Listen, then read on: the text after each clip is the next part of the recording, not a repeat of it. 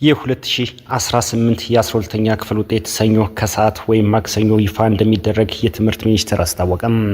አጠቃላይ የ12ኛ ክፍል የ2018 የ12ኛ ክፍል ውጤት ሰኞ ከሰዓት ወይም ማክሰኞ ይፋ እንደሚደረግ የትምህርት ሚኒስቴር አስታወቀም። አጠቃላይ የ12ኛ ክፍል ብሔራዊ ፈተና ውጤት አስመልክቶ የትምህርት ሚኒስትሩ ፕሮፌሰር ብርሃኑ ነጋ መግለጫ ሰጥተዋል። በዚህ ዓመት የታየ ውጤት ካለፈው ዓመት በ20 ሺህ ብልጫ እንዳለው ፕሮፌሰር ብርሃኑ ተናግረዋል። ናው በአጠቃላይ የዘንድሮ ውጤት አምና ከነበረው ጥሩ በሚባል ሌቭል ተሻሽሏል። በዚህ ዓመት ያሳለፍነው ተማሪ ኦን አቨሬጅ 12.8% ነው። ካለፈው ዓመት በ3% በላይ ጨምሯል። በተማሪ ቁጥር የተመዘገበው 563960 ተማሪ ተመዝግቦ 550210 ተማሪ ነው የተፈተነው።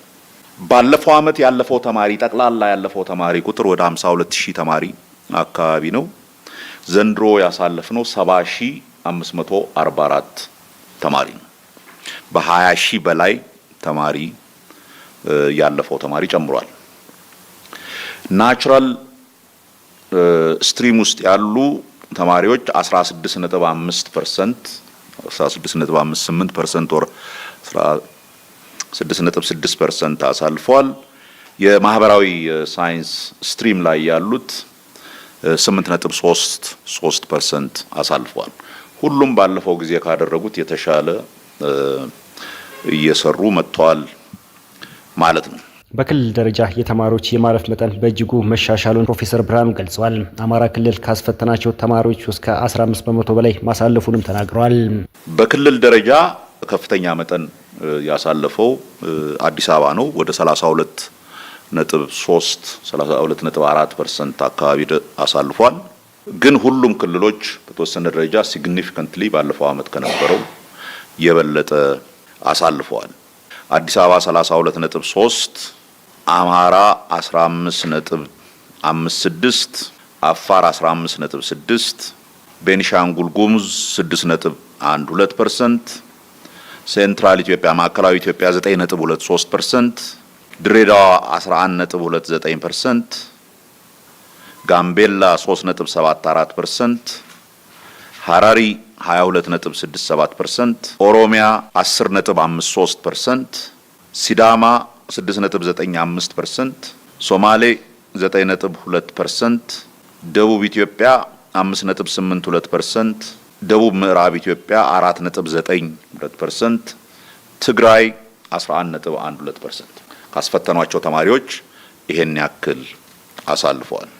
በዚህ ዓመት ምንም ተማሪ የማያሳልፉ ትምህርት ቤቶችን በመቀነስ ረገድ የተሳካ ስራ መስራቱንም ገልጸዋል።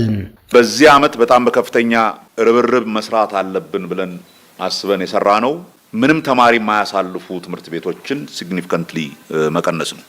ሁለት አይነት ኢንተርቬንሽኖች አድርገን ነበር።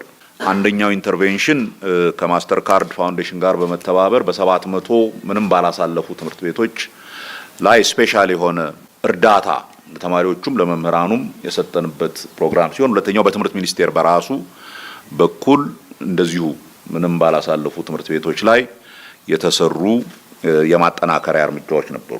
ባለፈው ዓመት ምንም ተማሪ ያላሳለፉ ትምህርት ቤቶች 1232 ነበሩ። በዚህ ዓመት ምንም ተማሪ ያላሳለፉ ትምህርት ቤቶች 565 ብቻ ናቸው።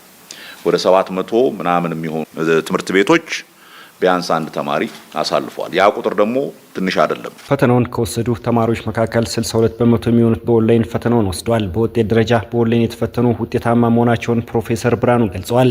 በኦንላይን ከተፈተኑት ውስጥ 18.73 ውጤት አምጥተዋል። በወረቀት ከተፈተኑት ውስጥ ደግሞ ውጤት ያመጡት 4.2 ብቻ መሆናቸው ተገልጿል። በቀጣይ ዓመት ሙሉ ለሙሉ በኦንላይን ለመስጠት ተዘጋጅተናል ሲሉ ፕሮፌሰር ብርሃኑ ተናግረዋል።